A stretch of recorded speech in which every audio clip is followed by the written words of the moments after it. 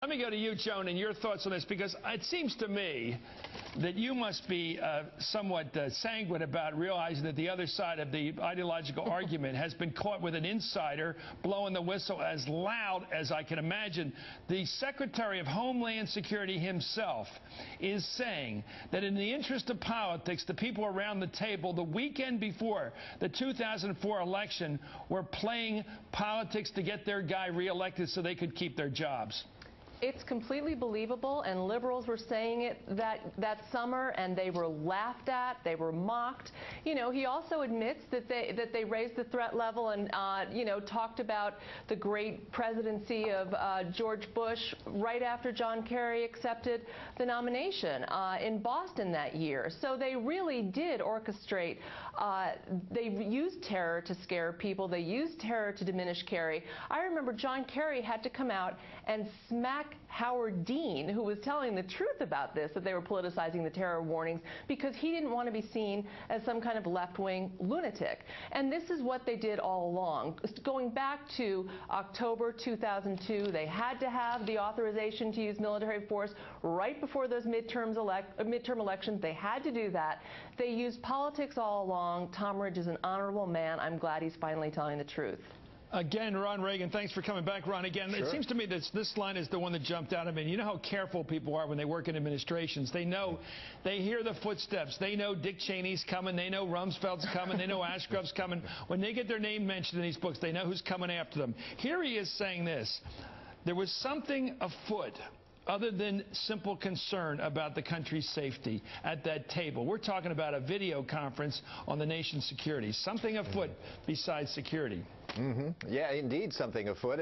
And you know, Tom Ridge has actually implied as much going way back to May 10th of 2005 in a USA Today article. He was quoted as implying many of the things that he's stating more baldly now in his book. Now, the media didn't pick up on it so much then because, of course, it was just left-wing lunacy, I guess. But isn't it funny how left-wing lunacy turns into reality after a few years? Sometimes.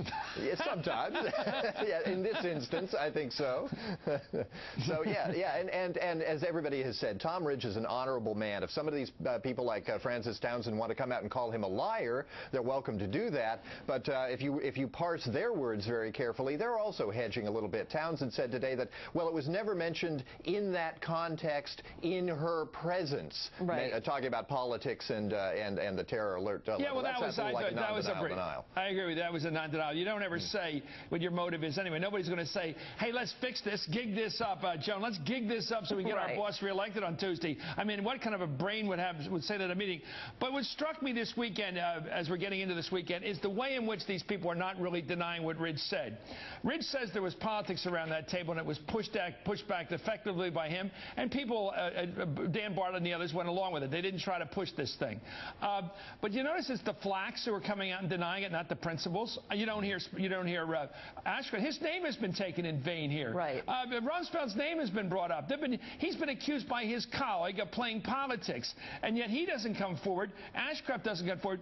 They put out these spokespeople. By the way, when do you leave office and stop having spokespeople? Do you like continue to have them like an aura? Does it just stay around you? There's like an array of spokespeople floating around. Do you have a spokesperson, Joan, that could speak for you, or do you want to speak for yourself? I'm going to send in my spokesperson next week, Chris. Well, these guys still have people that are out there playing their anti-aircraft guns rather than speaking for themselves when their honor's at stake. Your thoughts? Why they do it that way? Well, Why do we hear from spokesmen? A couple things. I think they're trying not to even dignify Tom Ridge with the decency of refuting him themselves.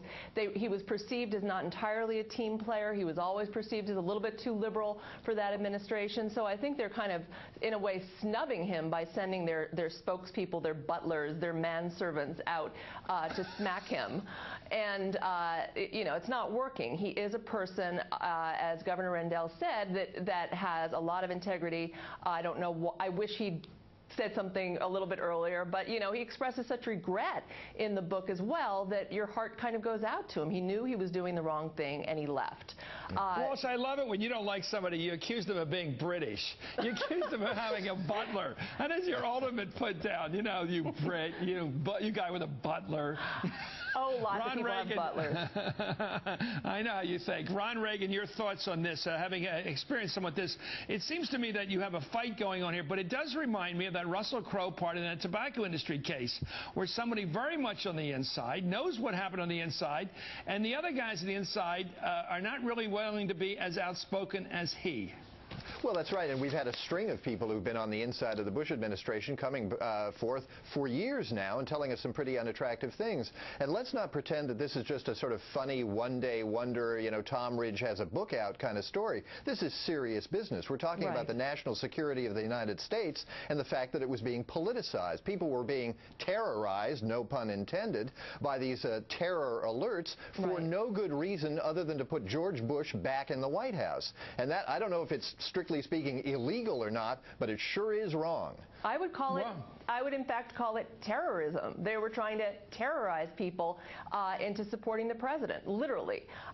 It's so wrong. It's so wrong, and it should not be lost in this kind of he said, she said debate. Okay, well, in that incident, that weekend before the election 2004, in the question of whether to go from yellow to orange, Tom Ridge stopped them from doing it. Anyway, thank you very much, Joan Walsh. Again, Ron Reagan. Have a nice weekend. Both